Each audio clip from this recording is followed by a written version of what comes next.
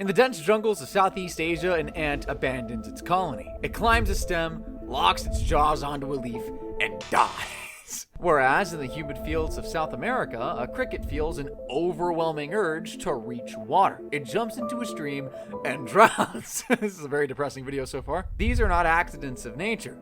These are zombies, manipulated by parasites since the dawn of time. And here's the disturbing part. Scientists have discovered that inside the brains of more than 2.5 billion people lives a parasite, quietly making humans zombies in ways we've never imagined. For millions of years, parasites followed a simple plan. Infect a host, feed, reproduce, and stay alive until the host dies. This process allowed the parasite to grow and complete its cycle. But there was just one problem with that.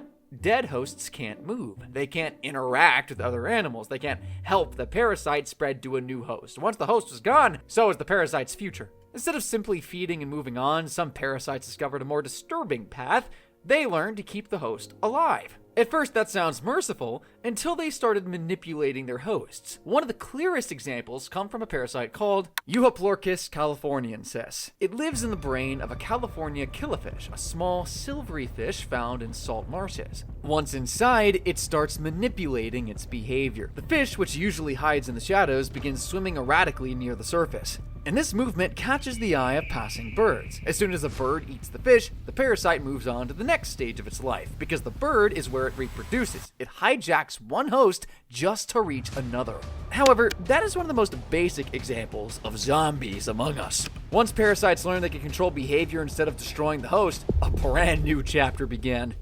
After early parasites started manipulating behavior, others began refining it in ways that looked impossible. Hairworms are one of those examples. They start life in water, their larvae hatch in streams and ponds. To grow, they need to live inside crickets and other land insects. Once matured, they return to water to reproduce. That means they must get from a land-dwelling cricket back into a river or stream. To solve this, hairworms produce chemicals inside the cricket's body. These chemicals interfere with how the insect responds to light and reflection. Normally, crickets like to stay away from open areas or anything that shines like water, but once infected, they begin to move toward it until it submerges inside water. Once fully submerged, a long thread-like worm begins to uncoil and slide out of the drowned cricket's body. Free at last, it swims into the water and begins to reproduce. Ain't that a welcoming visual for you? The cricket's death becomes the worm's next step in life. It was a precision tool shaped by evolution, a parasite reprogramming its host to bring it home. Water isn't the only place where parasites take control. Deep in forests of Europe, a flatworm called Leucochloridium paradoxum. And despite it sounding like a frackin' magic spell, it had a fair share of challenges of its own. Well, more like one. It needed to get from a snail into a bird. Birds don't normally eat snails, especially slow ones hidden in the shade, so the flatworm changes how the snail looks.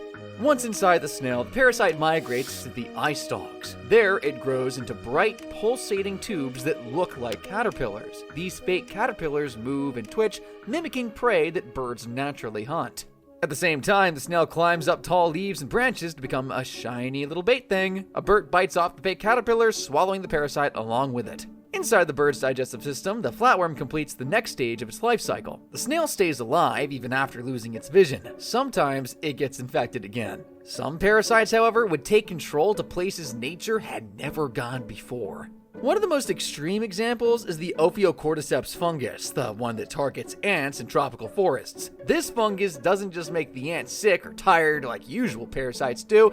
Instead, it likes to take its time. After releasing spores into the environment, the fungus finds its way into an ant's body and starts growing very slowly. Over the next few days, it spreads to the ant's muscles and nervous system. Then, when the weather is just right, usually around midday, when the humidity and temperature hit the perfect spot, the fungus takes full control. The ant then climbs, and not in any direction. It always climbs to about 25 centimeters above the forest floor, choosing the north-facing side of a leaf or branch, because the north side is cooler and slightly more humid, which helps the fungus grow better. Once the ant reaches this perfect location, it bites down onto a leaf vein. The grip is so tight, even death can't break it. It's often known as the death grip for that very reason. The fungus doesn't destroy the ant's brain. Instead, it wraps around the brain, creating a network of fungal cells that can control the ant's actions. The ant is still alive, still aware, but loses all ability to fight back. After the ant dies, the fungus grows a stalk out of the ant's head, which releases more spores into the air, spores that fall onto other ants, passing on below. One infected ant leads to many more. A death of one becomes a trap for the rest, but some parasites raise their larvae inside the living. Parasitoid wasps like Glyptopantulus do exactly that. These wasps lay their eggs inside caterpillars. The larvae grow quietly for days, feeding from within.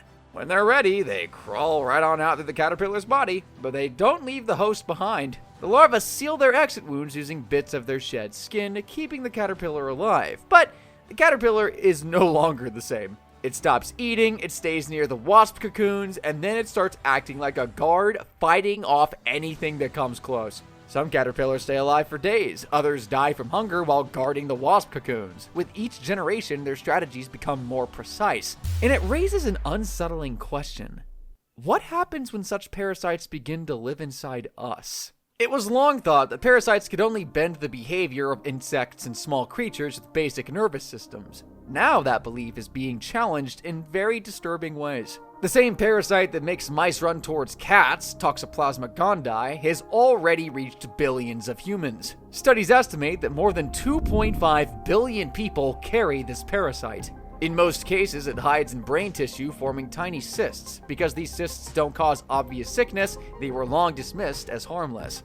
But closer studies are revealing a very different story. When scientists compare people with Toxoplasma to those without, the differences are consistent. Infected individuals tend to take greater risks, show slower reaction times, and respond less strongly to fear. They are more likely to be involved in car accidents and more inclined to pursue financial gambles. Even social behavior is changing in unsettling ways. Men often grow more isolated and reckless, while women may become unusually trusting and open. It's as if the parasite is tuning human behavior the same way it manipulates rats. By weakening the instinct to avoid danger, the parasite increases its own chances of survival and transmission. Toxoplasma isn't even the only example. Rabies has haunted humans for thousands of years. Once the virus reaches the human brain, it drives a set of precise and horrifying behaviors.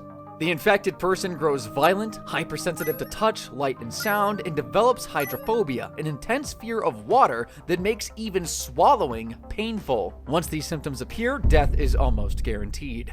Each symptom serves a purpose: survival of the parasite. In nature, that survival means ants climb to their death and crickets drown. In humans, the question is whether the ending is still being written. In 2013, the video game The Last of Us showed a world where a fungus starts infecting humans. The people who get infected lose control of their bodies, they turn violent, and they spread the infection. However, this idea came from something real. The idea for the video game The Last of Us was inspired by cordyceps. In the game, a mutated strain infects humans, turning them into aggressive, zombie-like carriers that spread spores. That part is fiction. But the way cordyceps controls its host's behavior is real, and it's not the only parasite capable of it. Some remain hidden and still take control, and their influence goes deeper than a single host. Some parasites can change how entire ecosystems work. They control which animals grow in number, which ones disappear, and even where those animals live.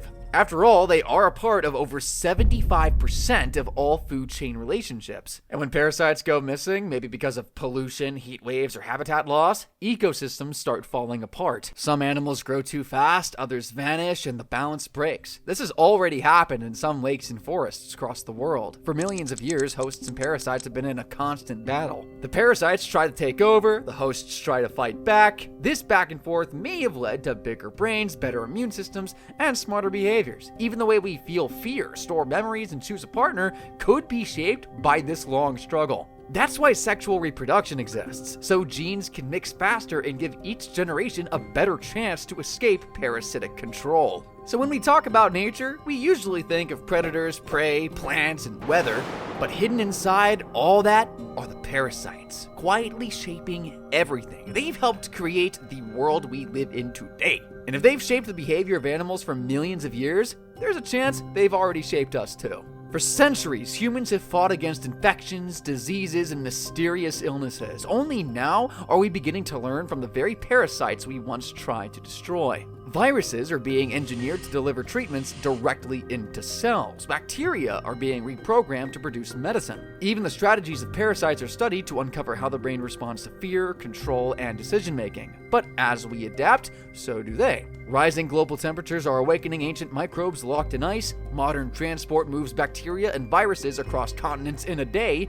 and our heavy use of antibiotics and chemicals forces parasites to evolve at unprecedented speed. They've already survived mass extinctions by adapting quickly and learning to live inside others. Now they face a world of billions of potential hosts and more ways to spread than ever before.